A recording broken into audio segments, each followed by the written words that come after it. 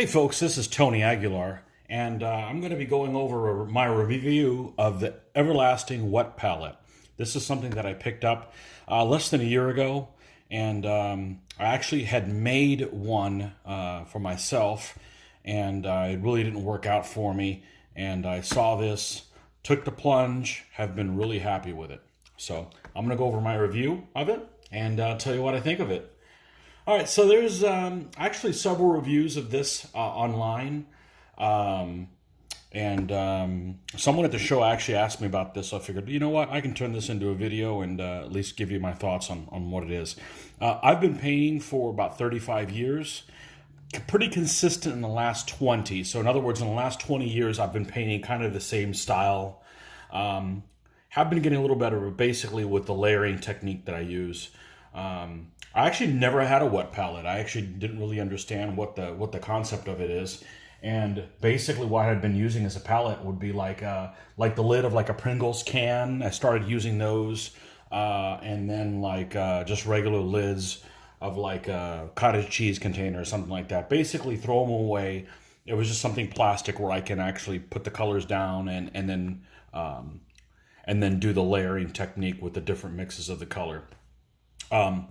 So basically I was having paint that was drying out. Not really a problem from the standpoint of I didn't mind mixing the colors again, because I've gotten to the point where I can pretty much remix whatever it is I need. Just annoying, you have to stop what you're doing and do that. So the wet palette actually allows you to do that and save time doing that.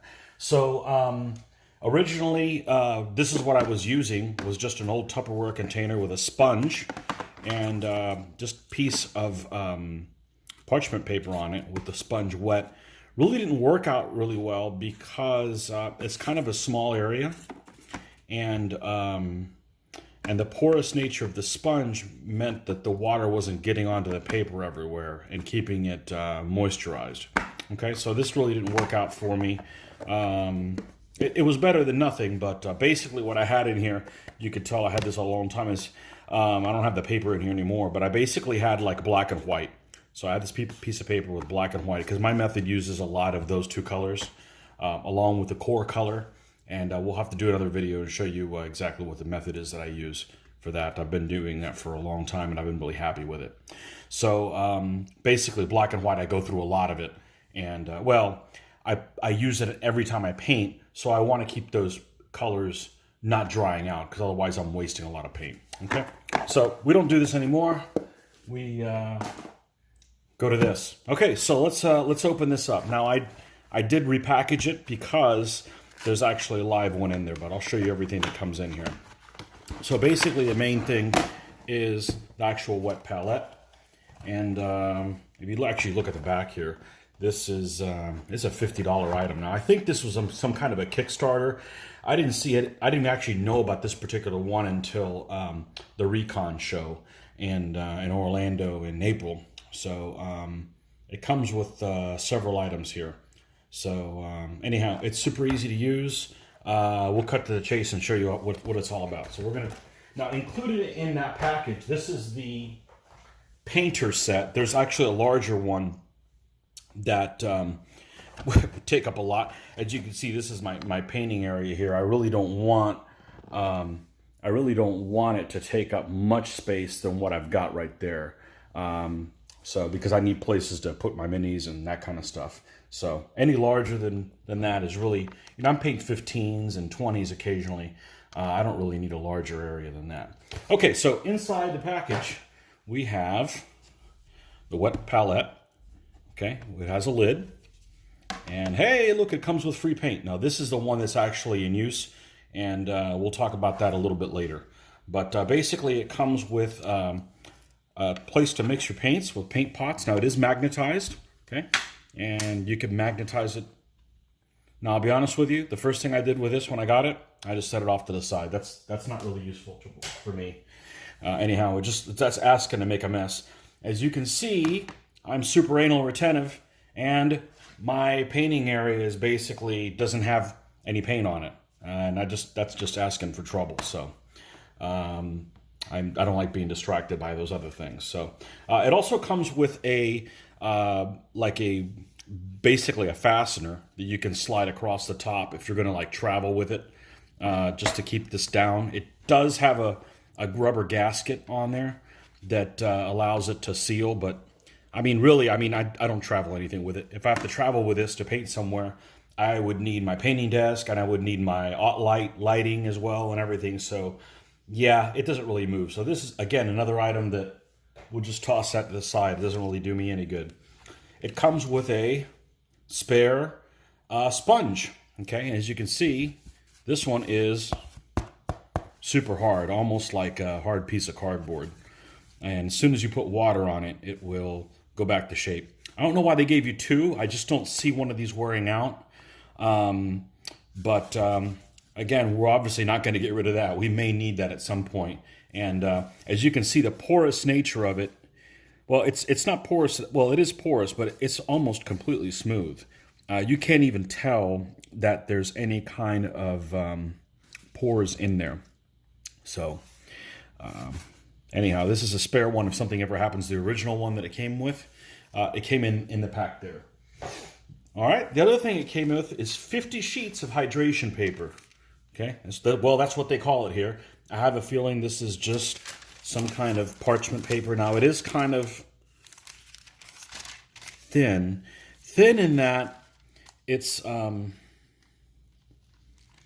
don't know if it's the same as what's commercially available. Like if you go to parchment paper or you go to a store, it is pre-cut, so that's a plus. And there's 50 sheets in here. Now, I'll be honest with you, I don't go through a lot. As you can see, I get a lot of use out of each one. I'm not doing a whole lot of amount of painting, so I get a lot of use out of one. And I think I've used maybe 6 of these in the last 6 months. So 50, I'm good for like 4 years maybe. I think what I'm going to do is I really don't want to mail order these, so I think one of the vendors at Historicon carried these. So next Historicon, I'm probably going to pick some up because I don't really want to pay. I don't know how much these are. I have a feeling they're over $10, but I certainly don't want to pay shipping on top of that. So anyhow, there's plenty of them that come in here. Now it does say this is for acrylic paint only. It would never occur to me to use a wet palette with not acrylic paint, but anyhow, there's a little disclaimer there on the back. Redgrass Games, by the way, is the manufacturer of this. www.redgrassgames.com. And I actually bought it from one of our vendors at our Recon show in Orlando, in Kissimmee. Okay, so what are we left with? I've thrown everything off to the side. Well, we basically have the cover, the base, and we have the sponge, which is just like that other one, which is in use. This one is moist. I understand some people have a problem with that word, but hey, it's the M word. Anyhow, it's got the moist sponge on the bottom, and this is one of the hydration papers that's been in use here. We've got a lot of colors on it. So what exactly does this do? Okay, so basically, and I'm going to switch this out. This one is basically to the point where I could use this one some more, but this would be a good opportunity to show you. One of the guys was asking me, how do you get the paper to stick down to the edges? Aha. Well, I really had no trouble with it, but I figured there'd be a chance to show you guys how easy that is to do. So what it does is you have this sponge that stays wet. You have this paper, which is pretty saturated, but what it allows it to do, for layman's terms, not for the and scientifically, is there's enough moisture that's coming through here to keep the colors, let's say, alive. Okay. And what I mean by that is, yes, they will air dry, but this black that's here, I've probably dropped, well, there's some of it here that, as you can see, is, I don't know if you can tell, but it's drier. The last little dot that I put of the black, I probably put it on there about a week ago, and I've been painting on and off for a week. So with my method, using the black and the white, same thing. I'm basically using that with just about every color, using my layering technique. I don't want to keep putting those down and wasting. I mean, as it is, a significant amount of the paint is still wasted compared to what's on the miniature. And in this case, I've been painting this guy right here. This is a Early Russians from Mirliton in 15 millimeter scale. And I'm not sure if I started with a fresh one when I painted him. I'm pretty sure I didn't. It was off the last project that I was doing. But anyhow, you're using several different colors, and you know, unless I'm painting on a weekend, I've got to do little bits and pieces. I'm basically painting like only one or two items in the morning. I've got about 30 minutes before I go to work, so it's a matter of, hey, I got the boots done, or I got the straps on the horses, or something like that. So I'm definitely coming back to it many different times. So keeping the black alive, keeping the white alive, keeping a brown alive. It's not so much of a, I mean, certainly you could mix a color, and then, like this green that's here, I mixed it up in the different shades. And this is what I was talking about in my painting technique. That's definitely for another video. But this is the core color, and then I added a little bit of black. So you see this darker color here is this color with a black, and then this is it with a little bit less black, and then this color, and then there's the one with the white. So you can see I've got several different shades here, just from the core color green, the core color black, and the white with it. But anyhow, if I wanted to come back the next day, like if I wasn't finished with the color, I could probably grab some of this and put it on the miniature, especially since I'm using such little amount. Just saves time. You're not spending time screwing and unscrewing bottles and so forth. So it does save paint, but if you've done any kind of painting, you know that we end up wasting more paint than we ever paint. So put on the miniature, but that's just the nature of it. So without further ado, we're going to take a look at this. Now this does come off. So I've actually had times where let's say I've left, I'd like, hey, let's get out of that house to go do some a grocery run or something like that, and I forget, and I leave this open because you're basically supposed to cover it every time you use it, every time you're done using it. So I'll leave it open like this, and this will dry out. Now, it'll half dry out in maybe half of a day. So like if you've got like a 4-hour painting session, you basically have it open the whole time while you're mixing the different colors. It's not going to dry out. You're not going to see anything different. I've got the ceiling fan running. Well, it's on low, but I pretty much have the ceiling fan going on at all times, and it really doesn't dry it out. This is a matter of like maybe over 24 hours of being left open. It would significantly dry out. And all you do is you just bring it back to life. But basically, this can all come off. This is just basically one of the sheets of, and you can actually pick it up, but it is wet, and it doesn't really tear or anything. Okay, so we're going to set this off. We're going to set this off to the side over here and show you a little bit about the sponge. Now, the sponge is, you can see it's got some color in there. That's just because after using it for like 6 months, some of the color does penetrate in here. But you see, if you press it down, I don't know if you could tell that, there's a little bit of water that comes up. Okay, and that's basically the consistency that you want. It almost like forms a puddle. There we go. If you press down on it. And that's really what you want to be able to apply the new sheet. And what we're going to do is I'll show you, we'll go over to the sink and I'll show you what we do with that and how to put the new sheet on there. Okay, so I could theoretically use like a glass and like pour it on there, but I think it's a lot easier to show you exactly the method that I use. So here we are in the bathroom, and let's just assume that we needed to bring this thing back to life. Okay, so I'm going to actually squeeze. Oh, look at all this moisture that was inside of there. I'm actually going to squeeze all this out to see if I could replicate a little bit of the dryness where you're like, hey, listen, we need to remoisturize this thing. Okay, you can see this looks like a birthday cake flavored cupcake with the leftover colors, but none of them come off on your fingers or anything. Okay, so it's totally dry. Well, not totally dry, but there's not enough moisture in here for it to work. So basically all I do is just take a really thin drip and then just put some behind here and then work it down. See, look how the moisture, look at the color difference here. Okay, that's how you can tell where the water is. Okay, and put a little bit more there. Okay, and you don't have to be really particular. You can just say, you know what, screw it. We're just going to just pour it. Normally what I do is, where I had the paper on before, let's say it dried out, what I would normally do is I would pick up the corner, and I would pick up the corner of it, and then pull it up like this, and then dribble a little bit back there, and then put it back, and that would re-moisturize kind of from the bottom up. Okay, here it doesn't matter. Oh, look, I got too much moisture. All you got to do is just drain the excess. Okay, and you do want some kind of on the surface, because when you're going to put that sheet on the top, it's going to adhere really well on there. Okay, so let's go back to the room now. Okay, we're back here on Paint Central, and we've got our sheet here. As you can see, there's got lots of moisture coming through here, and what we want to do is we're going to put a new sheet on there. Okay, this is almost like wrapping paper. Okay, now what you want to do is you want to make sure, because you got to be quick about this. You got to be, actually, it's pretty forgiving. If you screw it up, you can pick it up again and put it down. But you know, packaging has got a little bit of a wrinkle there. It's no problem. That'll straighten itself out.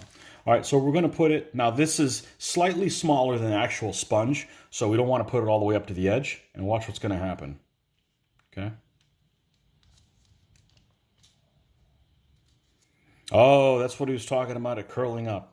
Okay, well, worry not, okay? Because as you can see, the edges are starting to curl up. So what you do is you just say, hey, listen, get down, okay? And just put it all the way around the edge. Okay? And it will stay down, okay? And what they recommend is that you smooth it out. Now, you don't have to be real particular because eventually it will straighten itself out. You don't want any moisture like this on the top. It'll eventually evaporate. It's not a big deal, okay? But that's pretty much all you do. It's ready to go. Now, you could, I guess, technically take this one off and put this other paper, which I've set off to the side. See, the paper's kind of dried out. It's been like maybe 10 minutes since I pulled this thing off, maybe 5 minutes, something like that. And this is totally reusable, but I think we've gotten our money's worth out of this one. We're just going to set off to the side and sell it to some modern art museum and give it some trendy name. Anyhow, so this is right here what you got. So this is what your painting surface is going to be. And then what you can do is you can, you know, put, you know, dabs. Usually what I do is I put some black right in the middle. Don't need more than that. Okay. And I usually put some white over here because, and then I try to do the other colors around the periphery. Okay, and we're going to use a little bit of white there. Okay, and that's it. I'm good to go. Because what I'm going to do is I pretty much can use that with any of the colors that I'm going to use. That's the subject for another video, but we'll get into that. But that's pretty much it. I'm really happy with it. It saves me a lot of time having to put all the colors. Now, this black and white that's there, they're probably going to be good for about a week. Now, I'm not going to use all of it up in my painting. I only use a few drops when I'm, like, you know, mixing another color. But anyhow, you can see that it's really easy to use. Look, the edges are they're still down. They'll never curl back up. I mean, unless this thing dries out. At that point, like I said, this thing starts drying up. You just pull the corner up here. Pour some in here at the from the sink, put it back down, you know, work it, you know, if you need to get it around to all the edges. That's it. It's pretty forgiving. So anyhow, hopefully you guys found this video entertaining, useful. Everlasting Wet Palette by Redgrass. I'm sure it's available online. I thought I got a kick out of it. I think it said it was... yeah, here it says. Here's what it includes. It includes wet palette painter, 2 hydration foam pads, so the one that's in here and then the spare one. By the way, I read the spare one. All you have to do is get it wet and it'll come back to shape. So I think we'll be using that in emergency only. Okay, 50 sheets of hydration paper, 1 Wavy Well palette accessory. That's the little tubs that magnetize and stick on there. We won't be using those. And a strap band. Again, we won't be using that either. What else is on here? I thought it was on here somewhere. It said it was designed in France, but made in China. So, yeah, go figure, just like everything else. But anyhow, really happy with it. And hopefully you guys will find these useful. I highly recommend it. It is kind of pricey. So the sooner you buy it, the more you get your money's worth out of it. So hopefully you'll, this is something that you can find a use for and be happy with it just like I've been. Okay, until next time, guys. See ya.